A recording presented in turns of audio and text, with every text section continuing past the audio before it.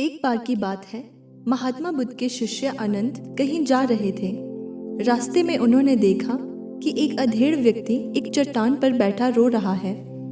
वे उसके पास गए और बोले, क्या बात है वत्स, तुम कौन हो और क्यों रो रहे हो? आनंद की बात सुनकर उस व्यक्ति की सिसकियां थम गई। वह अपने आंसू पोंछता हुआ बोला, मैं पास के गांव का रहने वाला एक बदनसीब व्यापारी हूँ। मैं जो भी काम करता हूँ वह बिगड़ जाता है। व्यापार के चक्कर में मैंने अपनी पत्नी के गहने गंवा दिए। मैंने अपने परिवार को भी खो दिया। यहाँ तक कि मेरा घर भी गिरवी पड़ा है। मुझे तो लगता है कि मैं किसी काम का नहीं हूँ, मेरी किस्मत ही खराब है। उसकी बात सुनकर आनंद बोले, तुमसे किसने कहा वत्स कि तुम्हारी किस्मत खराब है? जरा मैं भी तो जानूं कि तुम्हारी किस्मत में क्या खराबी है। वह व्यक्ति बोला, पहले मैं खेती करता था, पर हर साल उसमें घाटा होता था। कभी सूखा पड़ जाता तो कभी ज्यादा बारिश के कारण फसल बर्बाद हो जाती। इससे परेशान होकर मैंने व्यापार करने का निश्चय किया। मैंने पत्नी के गहने बेचकर अपना व्यापार शुरू किया, लेकिन मेरा व्यापार नहीं चला। शुरू में परिवार वालों ने मेरा साथ दिया, लेकिन जैसे जैसे मुझे नुकसान होने लगा, मेरे परिवार वाले भी मुझसे दूर हो गए। मैं यह सब उनके लिए ही कर रहा था, लेकिन अब वे लोग मुझे देखकर नजरें फेर लेते हैं और मुझे ही मेरे परिवार की दुर्दशा का जिम्मेदार ठहराते हैं। उस व्यक्ति ने एक लंबी सी सांस ली और फिर बोला, मेरा एक मित्र है, उसने भी मेरे साथ अपना व्यापार शुरू किया था। उसका व्यापार अच्छा चल रहा है। वह जब भी मेरे घर आता है तो अपनी सफलताओं की कहानियां सुनाता है। उसकी बातें सुनकर मेरे घर वाले भी कहते हैं कि उसे देख और कुछ सीख। हमें तो लगता है कि तेरे वश का कुछ भी नहीं है। उन लोगों की बातें सुन सुनकर अब तो मुझे भी लगने लगा है कि शायद मेरे बस का कुछ नहीं है। अब तो मुझे अपना जीवन ही व्यर्थ लगने लगा है। मेरे मन में ख्याल आता है कि अपना जीवन समाप्त कर लूं। मैं यहाँ आया भी इसी इरादे से था, लेकिन हिम्मत नहीं कर पाया, इसलिए यहाँ एकांत में बैठा विलाप कर रहा था। आनंद बोले, ओह, तो ये बात है। वैसे क्या तुम इसके अलावा कुछ और भी कहना चाहते हो?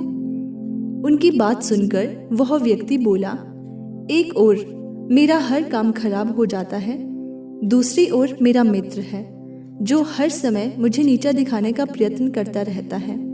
मुझे समझ में नहीं आता कि मैं क्या करूं। आनंद बोले, क्या तुम अपने मित्र की बातें सुनकर दुखी हो जाते हो? उस व्यक्ति ने जवाब दिया, हाँ, मैं उसकी बातें सुनकर स्वयं दुखी हो जाता हूँ। आनंद ने पूछा, तुम्हें किस बात का दुख होता है, अपने असफल होने का या फिर मित्र के सफल होने का? उनका सवाल सुनकर वह व्यक्ति एक पल के लिए सोच में पड़ गया। फिर वह बोला, अगर सच कहूँ तो मुझे अपने असफल होने का उतना दुख नहीं होता है जितना कि मित्र के सफल होने का होता है। अर्थात यदि तुम्हारा मित्र असफल हो जाए तो तुम्हें खुशी होगी। आनंद ने प्रश्न किया। वह व्यक्ति बोला, हाँ, मुझे बहुत खुशी होगी।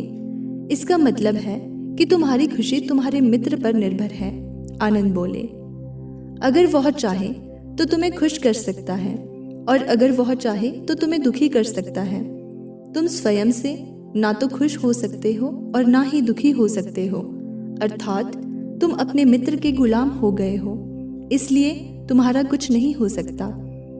ऐसा ना कहे महात्मन, उस व्यक्ति ने हाथ जोड़कर कहा, आपकी बातें सुनकर मुझे कुछ आशा बन रही है। आनंद बोले, जब हम किसी से आशा बांध लेते हैं तो उस पर निर्भर हो जाते हैं। ऐसे में हमारी खुशी और दुख उस पर निर्भर करने लगते हैं। इससे बेहतर है कि तुम अपने आप से आशा बांधो। जब तुम ऐसा करोगे, साथ ही पूरे जतन से काम करोगे, तो तुम्हें सफलता अवश्य प्राप्त होगी। कहते हुए आनंद ने एक पल के लिए उस व्यक्ति की ओर देखा, फिर अपनी बात आगे बढ़ाई। तुम्हें लगता है कि तुम्हारा मित्र तुम्हें दुखी करने आता है, पर अगर विचार करो तो वह बातें तो सच्ची ही कहता है। वह अपने संघर्ष और अनुभव की बातें बताता है। तुम उन बातों से बहुत कुछ सीख सकते हो। तुम्हें इसके लिए उसका धन्यवाद करना चाहिए कि तुम्हें घर बैठे कुछ अनुभव मिल रहे हैं। तुम उन अनुभवों का लाभ उठाओ, नई शुरुआत करो, कर्म करते जाओ, हार मत मानो। एक दिन तुम्हें सफलता अवश्य मिलेगी। आज तुम जिसे अपना बुरा वक्त या बुरी किस्मत कह रहे हो, एक दिन यह बदल जाएगी। इसी के साथ तुम्हारे विचार भी बदल जाएंगे। और देखना, जब तुम्हारा अच्छा वक्त शुरू होगा तब तुम्हारा मित्र भी तुम्हें अपनी सफलताओं की कहानियां नहीं सुनाएगा। तब वह अपनी असफलताओं की बातें बताएगा ताकि तुम उसकी बातें सुनकर भ्रमित हो जाओ, तुम्हारा आत्मविश्वास हिल जाए और तुम गलत निर्णय ले लो। लेकिन उस समय भी तुम्हें अपनी बुद्धि का प्रयोग करना होगा। तुम्हारा मित्र जैसे आज तुम्हें दुखी करने आता है, उसी तरह उस समय भी वह तुम्हें दुखी करने आएगा, क्योंकि जिस तरह उसे दुखी देखकर तुम्हें मजा आता है, उसी तरह उसे भी तुम्हें दुखी देखने में उतना ही मजा आता है। वह व्यक्ति बोला, आपने सही कहा, लेकिन मेरा सबसे बड़ा दुख यह है कि मेरे परिवार के लोग भी इसमें शामिल हैं। वास्तव में मैं तो अपने परिवार के लिए अच्छा करना चाहता था, लेकिन वे लोग भी मेरी बात नहीं समझते हैं। वे भी मुझे ही गलत कहते हैं और अब तो वे मेरे साथ भी नहीं हैं। आनंद बोले, मैं सब समझ गया। तुम सांत्वना चाहते हो। वास्तव में इस दुनिया में सभी लोग सांत्वना ही चाहते हैं। हम चाहते हैं कि हम जब भी कुछ करें तो लोग हमारी प्रशंसा करें, लेकिन आमतौर से ऐसा नहीं होता है, इसलिए हम दुखी हो जाते हैं। हमें लगता है कि हमारे मित्र, परिवार वाले सब मतलबी हैं, लेकिन तुम अगर किसी को अपना परिवार मानते हो और उसके लिए कुछ करना भी चाहते हो, तो तुम्हें ऐसा क्यों लगता है कि तुम दूसरों के लिए कुछ कर रहे हो? वास्तव में तुम अपनी खुशी के लिए कर रहे हो। इसलिए परिवार के लिए कुछ करना वास्तव में अपने लिए ही करना होता है। लेकिन अगर ऐसा करते समय तुम्हें लगता है कि तुम दूसरों के लिए कर रहे हो, तो तुम दुखी रहोगे, और अगर तुम्हें लगता है कि तुम अपने लिए कर रहे हो तो तुम खुश रहोगे, क्योंकि जब तुम अपने लिए कुछ अच्छा करते हो या करना चाहते हो तब तुम्हें सांत्वना की जरूरत नहीं पड़ती है। आनंद की बातें सुनकर उस व्यक्ति के चेहरे के भाव बदल गए। वह बोला, आप सही कह रहे हैं, मैं समझ गया। अब तक मेरी किस्मत खराब इसलिए थी क्योंकि वह दूसरों के हाथ में थी। अब मैं अपनी किस्मत को अपने हाथ में रखूंगा। मैं फिर से प्रयत्न करूंगा, पूरे मन से काम करूंगा, और जब तक सफलता नहीं मिल जाती चैन से नहीं बैठूंगा। उस व्यक्ति की बात सुनकर आनंद मुस्कुराए और उसे एक छोटी सी डिबिया देते हुए बोले, इस डिबिया को हमेशा अपने पास रखना। इसमें एक ऐसा राज है जो तुम्हें बड़े से बड़े दुख से भी बाहर निकाल लेगा। लेकिन इसे तभी खोलना जब तुम्हारे जीवन में कोई रास्ता ना सुझाई दे और तुम्हें लगे कि सब व्यर्थ है, यह दुनिया व्यर्थ है और यहाँ रहना ही व्यर्थ है। उस व्यक्ति ने आनंद को धन्यवाद दिया और डिबिया को लेकर चला गया। उसने नए उत्साह के साथ फिर से अपना व्यापार आरंभ किया। उसका व्यापार चल निकला। अपनी मेहनत और लगन के बल पर वह एक बड़ा व्यापारी बन गया। परिवार वाले भी उसके साथ आ गए और उसका जीवन हंसी खुशी बीतने लगा। अब वह भूतकाल का रोना छोड़ चुका था। वह भविष्य काल की चिंता भी नहीं करता था। बस उसे वर्तमान को संवारने में लगा रहता था, और जो कुछ भी वह करता था वह अपने लिए करता था, अपनों के लिए करता था। इसलिए वह प्रसन्न था। उसके जीवन में अब कोई दुख नहीं था।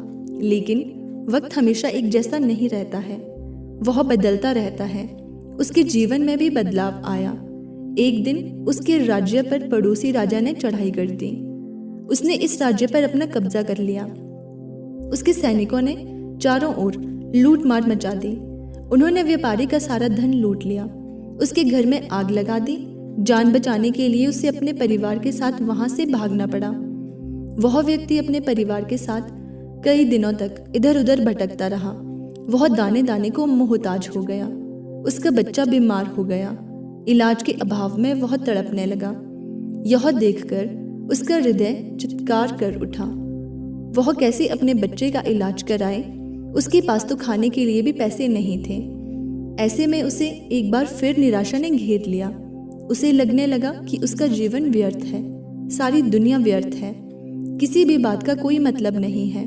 भले ही आप जीवन में कितना भी कुछ कर लो, कितनी भी सफलता हासिल कर लो, पर अंततः यह जीवन समाप्त ही होता है। तो फिर ऐसे में जीवित रहने का क्या फायदा? इससे तो अच्छा है कि वह अपना जीवन समाप्त कर ले। लेकिन तभी उसके दिमाग में आनंद की दी हुई डिबिया कौंध उठी। उसने उत्सुकता के साथ उसे खोला। डिबिया के भीतर एक पर्ची रखी हुई थी। पर्ची पर कुछ लिखा हुआ था। उसे पढ़कर उसकी आंखों के आगे छाया निराशा का अंधेरा छंट गया और वह मुस्कुरा पड़ा। पर्ची पर लिखा हुआ था, यह समय भी बीत जाएगा। उसने डिबिया को अपनी मुट्ठी में भींच लिया और एक नई शुरुआत के लिए उठ खड़ा हुआ। दोस्तों, अगर आप भी ऐसी ही परिस्थिति से गुजर रहे हैं तो निराश ना हो। अपने अतीत पर शोक मत करें, ना ही भविष्य की चिंता करें। अपने वर्तमान को जिएं और उसे बेहतर बनाने के लिए सच्चे मन से प्रयत्न करें। यकीन माने, जल्दी ही आपकी किस्मत भी बदलने वाली है।